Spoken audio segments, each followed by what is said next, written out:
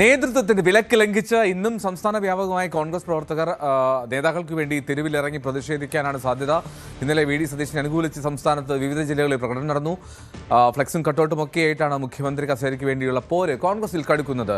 V D സതീശനെ അനുകൂലിച്ച് എറണാകുളത്ത് കൂറ്റൻ ഹോർഡിംഗ് വന്നിട്ടുണ്ട്. നയിക്കാൻ അറിയാമെങ്കിൽ ഭരിക്കാനും അറിയാം എന്നുള്ളതാണ് വി ഡി സതീശനല്ലാതെ മറ്റാര് എന്നൊക്കെയാണ് ആ വാചകങ്ങൾ ഹോർഡിങ്ങിലുള്ളത്. ദേശീയപാതയിൽ കളമശ്ശേരി TVS കവലയിലാണ് ഹോൾഡിംഗ്. ഡാനി പോൾ കൊച്ചിയിൽ നിന്ന് ചേരുന്നുണ്ട്. ഡാനി, ഞങ്ങൾ നേരത്തെ സംസാരിക്കുകയായിരുന്നു പോസ്റ്റർ യുദ്ധത്തെ പറ്റി. എന്നാലും ഇന്ന് കൂടുതൽ ഫ്ലെക്സുകൾക്കുള്ള സാധ്യതയുണ്ടോ?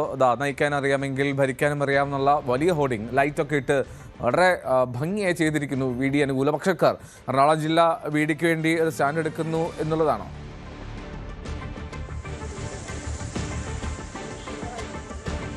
എൽദോ, ഇതൊരു അവസാന റൗണ്ടിലേക്ക് എത്തിയിരിക്കുകയാണ് യുദ്ധം. കാരണം ഇന്ന് ഇപ്പോൾ രണ്ടിലൊന്നറിയാമെന്ന രീതിയിലേക്കാണ് കാര്യങ്ങൾ പോകുന്നത്. അതുകൊണ്ട് ഈ അരങ്ങും അണിയറിയുമെല്ലാം ഒരേപോലെ വാശിയിൽ പോരാട്ടം തുടരുക തന്നെയാണ് ചെയ്യുന്നത്. കഴിഞ്ഞ ദിവസങ്ങളിൽ എറണാകുളത്ത് വി ഡി സതീശന് വേണ്ടി വലിയ രീതിയിലേക്ക് തെരുവുകൾ പ്രകടനം നടന്നു.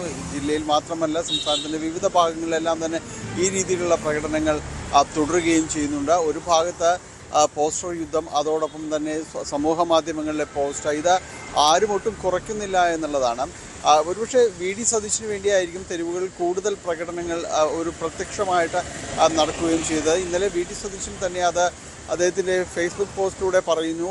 ഇതിൽ ഇനി ഇതുപോലെ പ്രകടനങ്ങളിലേക്ക് ആരും മുതിരരുത്. കാരണം വലിയൊരു വിജയം കോൺഗ്രസ് സംസ്ഥാനത്ത് നേടി, അതിൻ്റെ ഒരു മഹിമ കെടുത്തുന്ന രീതിയിലാണ് ഇപ്പോൾ നടക്കുന്ന കാര്യങ്ങൾ. അതിലേക്ക് ആരും തന്നെ തിരിയരുത്, ആർക്കു വേണ്ടിയും പ്രകടനങ്ങൾ നടത്തരുത് എന്നതെല്ലാം തന്നെ അദ്ദേഹം ആഹ്വാനം ചെയ്തിരുന്നു. പക്ഷേ കാര്യമുണ്ടായില്ല. വൈകുന്നേരം പലയിടങ്ങളിലും തന്നെ ഇതുമായി ബന്ധപ്പെട്ടുകൊണ്ട് വി ഡി സതീശന് വേണ്ടി പ്രകടനങ്ങൾ നടന്നു.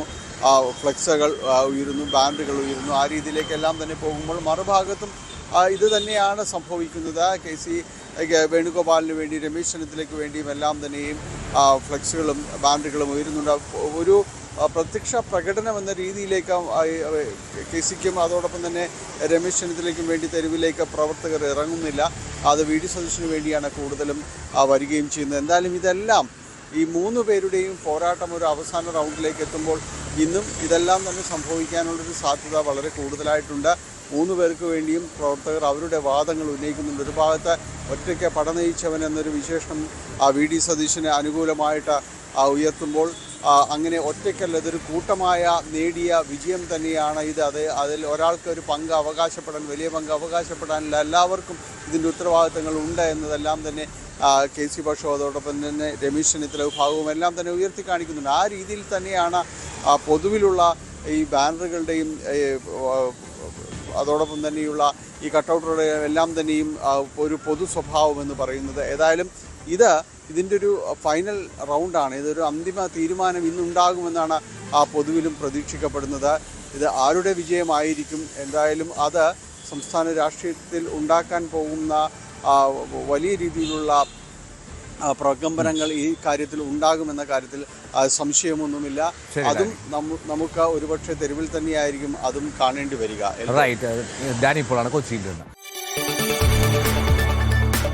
കൂടുതൽ വാർത്തകൾക്ക് News 18 Keralam YouTube channel subscribe ചെയ്യുക.